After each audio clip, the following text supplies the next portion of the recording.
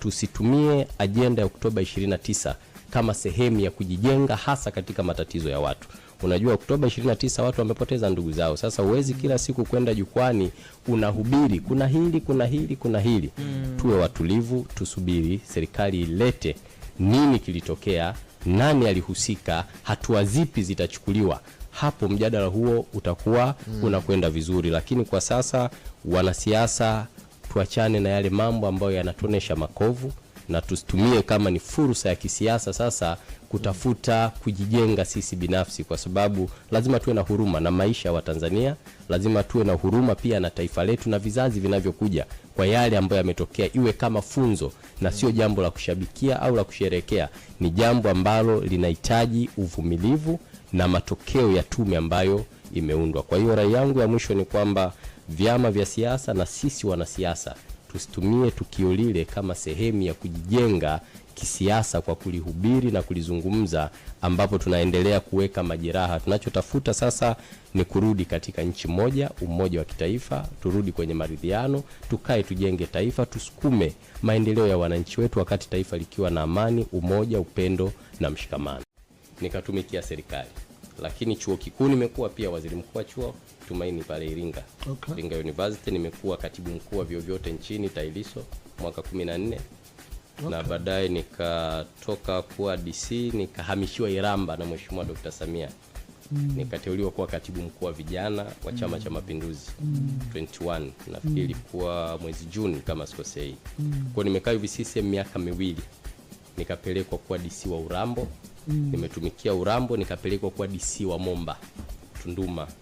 Nimekaa Tunduma ndo nikateuliwa kuwa RC Simiyu. Mlikuja kuna kipindi kwenye programu maji mwamwamwa. Yes. Kwa hiyo baada ya pale nikahamishiwa mkoa wa Arusha kama mkuu wa mkoa wa Arusha, na baadaye nikaja kwenye nafasi hii. Sasa swali lako limelenga kwamba ni begi au ni kitu gani? Kwamba jambo la kwanza, mimi sina begi. Na those days nilikuwa ni hustler, kijana tu mpambanaji, lakini huwa nina mipaka. Kwamba mimi ninaamini katika uadilifu sana, lakini kuheshimu kazi ambayo nimepewa niifanye kwa usahihi. Okay. Na huwezi kuwa na begi pia la kumpa Mheshimiwa Rais, utampa nini? Maana nete huwa ni yeye. Hilo begi unalibebaje? Haliwezekaniki. Kwa hiyo nadhani utendaji, lakini nadhani Mungu, lakini na viongozi wetu, kwa maana ya Mheshimiwa Rais pengine ana imani kubwa kwamba kijana huyu nikimpa kazi haniangushi, ananifanyia kazi vizuri, na hilo ndio kubwa ambalo naweza nikalisema. Lakini kikubwa ni kufuata kanuni na miongozo na ethics za leadership na kuheshimu watu wote. Hukumu zisizofutika zimeacha maumivu kwa watu, zimeacha vilema, wengine wamepoteza maisha. Lakini Chama cha Mapinduzi watu bado hawafahamu msimamo wenu kwenye kile kilichotokea. Hamkutoa taarifa. Kama mnasikitika basi mnasikitika kwa chini, kutoa taarifa, mkusema chochote. Pengine labda wanachama wa Chama cha Mapinduzi na Watanzania kwa ujumla wanaweza wakafahamu msimamo wenu ukoje, nini ambacho mnakizungumzia kuhusiana na Oktoba 29 bila kuathiri tume ambazo rais ameziunda. Kwanza matukio ya Oktoba 29 yaliwaumiza wote, kila mtu. Hakuna mtu ambaye hakupata mstuko au changamoto baada ya Oktoba 29, lakini chama kilitoa statement. Kilitoa statement kupitia viongozi wake waandamizi wa chama. Kwanza kilitoa pole kwa wote ambao walipata changamoto hiyo, lakini jambo lingine, chama kilielekeza serikali kuchukua hatua za haraka na kuhakikisha wanaunda tume ambayo itakwenda kuchunguza nini ambacho kilitokea. Na tume ile Mheshimiwa Rais aliunda. Mheshimiwa Rais aliunda tume, na baada ya pale hatukuweza kutoa statement kwa sababu hatukutaka sasa tuingilie mchakato wa tume, kwamba tume ifind nini kilikuwepo, changamoto gani zilitokea, nini kinapaswa kusemwa, then baada ya ile tume ya mwisho sasa chama kitakuja na msimamo wake kwa serikali ni nini. Lakini tulitoa pole na bado tunaendelea kutoa pole. Na pia jambo lingine ni kwamba tuna imani tume iliyoundwa ya kwanza ile ya Jaji Chande ilifanya kazi yake vizuri, na ripoti ilishatoka na imeundwa tume hii nyingine ya kwenda kuhakikisha kwamba inakwenda kushughulikia changamoto ambazo tume ya Chande ilielekeza nini kifanyike, na Mheshimiwa Rais ameshachukua wajibu huo. Kwa tunachosubiria sasa majibu ya hii tume ambayo imepewa miezi 5 nadhani kwamba italeta nini, then baada ya pale sasa serikali itachukua hatua zake kwa taratibu zao, na sisi kama chama sasa tutachukua hatua pia kwa taratibu zetu, kwa maana viongozi wetu wakuu watajua nini ambacho kinapaswa kufanyika, lakini still Chama cha Mapinduzi kinatoa pole kwa wote ambao waliathirika. Kwa bado kwa sababu mchakato ushaanza, ndio kwa chama imeamua kuacha kwanza mchakato uendelee. Of course unapokamilika ndio tutatoa statement nyingine. Na msimamo wetu ni kama nilivyosema, tulishatoa pole na tukaielekeza serikali. Chama kilielekeza serikali ihakikishe kwamba haya mambo yanapatiwa nini majawabu. Kwa hiyo mchakato unaendelea sasa. Huwezi tena mchakato unaendelea ukaanza kutoa matamko ya kisiasa.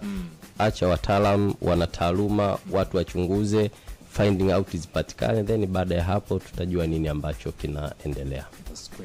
Chama kilisikitishwa na matukio ya Oktoba 29. Ndio. Okay. Bas. Fanyeje kurudisha imani ya wananchi kwa serikali yao? Nashukuru. Kwanza ujue matukio ya Oktoba 29 yalishatokea kama ambavyo nilieleza awali. Rais wetu aliunda tume, na hiyo tume tunasubiria majawabu na matokeo ya kazi ambayo imefanyika, lakini kinachotokea ni kwamba ni wanasiasa sasa kutumia matukio ya Oktoba 29 kama sehemu ya kujijenga. Kama serikali ilishachukua hatua kuhakikisha inakwenda kutafuta chanzo, kujua waliohusika, tume ambayo imeundwa juzi, na mwisho wa siku endapo kama kuna watu watathibitika walihusika na mambo yale, hatua za kisheria zitachukuliwa. Sasa sitaki kuiongelea sana tume kwa sababu mimi sio mjumbe wa tume. Tunaheshimu kile ambacho kiongozi mkuu wetu wa nchi amekiunda. Kwa hiyo tunachosubiria ni matokeo na nini kitafuata baada ya hapo. Sasa ushauri wangu ni mmoja tu, kwamba moja tu wastahimilivu, tusubiri matokeo, lakini pili nitoe rai kwa sisi vyama vya siasa vyote kwamba tusitumie ajenda ya Oktoba 29 kama sehemu ya kujijenga hasa katika matatizo ya watu. Unajua Oktoba 29 watu wamepoteza ndugu zao. Sasa uwezi kila siku kwenda jukwani unahubiri kuna hili. Tuwe watulivu, tusubiri serikali ilete nini kilitokea, nani alihusika, hatua zipi zitachukuliwa. Hapo mjadala huo utakuwa unakwenda vizuri, lakini kwa sasa wanasiasa tuachane na yale mambo ambayo yanatonesha makovu, na tusitumie kama ni fursa ya kisiasa sasa kutafuta kujijenga sisi binafsi, kwa sababu lazima tuwe na huruma na maisha ya Watanzania, lazima tuwe na huruma pia na taifa letu na vizazi vinavyokuja, kwa yale ambayo yametokea iwe kama funzo na sio jambo la kushabikia au la kusherekea. Ni jambo ambalo linahitaji uvumilivu na matokeo ya tume ambayo imeundwa. Kwa hiyo rai yangu ya mwisho ni kwamba vyama vya siasa na sisi wanasiasa tusitumie tukio lile kama sehemu ya kujijenga kisiasa kwa kulihubiri na kulizungumza, ambapo tunaendelea kuweka majeraha. Tunachotafuta sasa ni kurudi katika nchi moja, umoja wa kitaifa, turudi kwenye maridhiano, tukae tujenge taifa, tusukume maendeleo ya wananchi wetu wakati taifa likiwa na amani, umoja, upendo na mshikamano. Sawa. Kwenye wimbo wa katiba mpya umekuwa ni wa muda mrefu sana. Watu walikuwa andamana kwenye Oktoba 29 wamekuwa kiuimba, wanasiasa wamekuwa kiimba, mpaka leo baadhi ya watu bado wanaendelea kujadili kuhusiana na katiba mpya. Maswali yangu ni haya. Kwanza, Chama cha Mapinduzi, ni kweli mna dhamira ya dhati ya kuleta katiba mpya? Ndio. Kwa sababu mlisema ndani ya siku 100 kwenye kampeni, mliahidi kwamba ndani ya siku 100 mchakato utaanza. Kwa nini hatuoni mchakato umeanza mpaka sasa? Swali la kwanza. Lakini swali la pili ni kumekuwa na taarifa kwamba makamu wa rais ambaye pia ni mjumbe wa kamati kuu ya Chama cha Mapinduzi aliitwa kwenye kamati ya maadili, atikisa tu amegusia swala la katiba mpya. Hili lina ukweli kiasi gani? Nikianza na swali la kwanza kwamba Chama cha Mapinduzi, ni kweli tunauhitaji na tuliahidi kwenye ilani ya uchaguzi ya mwaka 25-30 kwamba tutahuisha mchakato wa katiba mpya, na ilikuwa ni moja ya ahadi ya Mheshimiwa Rais, na jambo hilo mpaka sasa liko vile vile na halijabadilika. Lakini pia nikukumbushe kwamba ajenda ya katiba mpya muasisi wake ni Chama cha Mapinduzi, na kumekuwa na marekebisho ya katiba miaka mingi kabisa nyuma, ambapo katiba ya mwaka 77 imeshafanywa amendment nyingi. Sasa hili la katiba mpya ambalo umelisema leo kwamba ni kuhakikishia, la kwanza Chama cha Mapinduzi kiko tayari na kina utayari huo, lakini mwaka 2014 kulikuwa na bunge la katiba kama unakumbuka, ambapo Dr. Samia ambaye Mheshimiwa Rais wetu huyu alikuwa ni mwenyekiti wa bunge lile, na mchakato ulienda vizuri. Ilichokuwa kimebakia ni kwamba bunge liende kupiga kura, na wakati ule kulikuwa na muunganiko wa vyama vya upinzani viliungana vikaform kitu kinaitwa Ukawa. Waliamua kususia mchakato wa kupiga nini, wa kupiga kura, ndo pale mchakato ulipokwama. Lakini serikali ya Chama cha Mapinduzi chini ya Rais awamu ya 4 Mheshimiwa Dr. Jakaya Mrisho Kikwete walishapeleka, na ni serikali hii ya CCM. Na kwa dhamira njema Dr. Samia ameendelea na ameahidi kwamba katika ilani yetu hii tutahuisha, na ndani ya siku 100 mchakato utaanza. Lakini hapo katikati ndani ya siku 100 kuna changamoto zilitokea kadha wa kadha, lakini dhamira ipo. Lakini ninaloweza kukuthibitishia ni kwamba juzi Mheshimiwa Rais amesema kwamba katiba mpya ni kipaumbele, na watakaa na wadau kuhakikisha kwamba katiba mpya inapatikana, na mimi nakuthibitishia kwamba katiba mpya itapatikana. Kwa hiyo Chama cha Mapinduzi ni waasisi wa jambo hili na tunalitaka, sio kwamba hatulitaki na wala hatuliogopi, kwa sababu ni jambo jema.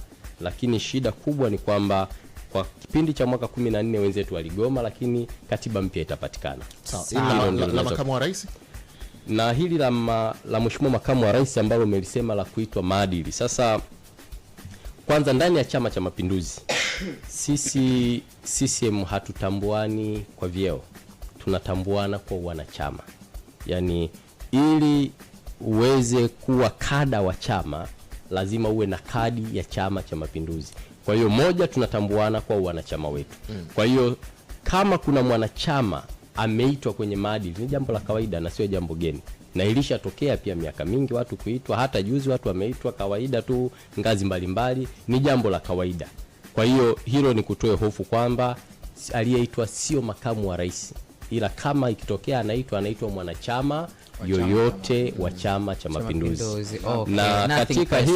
Na katika hilo unapoitwa kwenye kamati ya maadili unakuwa una uhuru, utaitwa, utahojiwa, ukihojiwa na unapewa na wewe room ya kujieleza kwamba katika hiki labda nimetuhumiwa, na wewe utapewa room ya kusikilizwa. Ndio uzuri wa Chama cha Mapinduzi. Na baada ya hapo sasa kuna adhabu ambazo zipo kwa mujibu wa kanuni zetu. Katiba yetu inaelezea kama kuna makosa yapo, kama mtu anachukuliwa adhabu, zimeeleza kuna onyo, kuna karipio, kuna onyo kali, kuna kufukuzwa wanachama. Lolote linawezekana likafanya nini?